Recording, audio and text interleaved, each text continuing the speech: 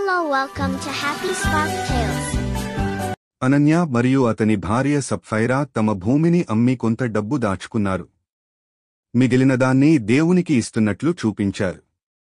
పేతురు అనన్యాను అడిగాడు, అనన్య, నీవు అమ్మకపు మొత్తాన్ని నిజంగా ఇచ్చావా?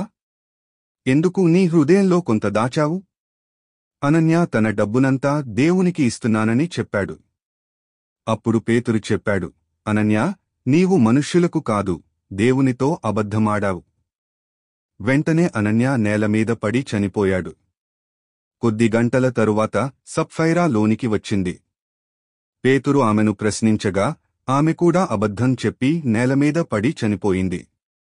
ఈ సంఘటనను చూసి సమస్త సంఘమంతటివారికి భయం కలిగింది మరియు దేవుని ముందు ఎల్లప్పుడూ నిజాయితీగా ఉండాలని వారు నేర్చుకున్నారు.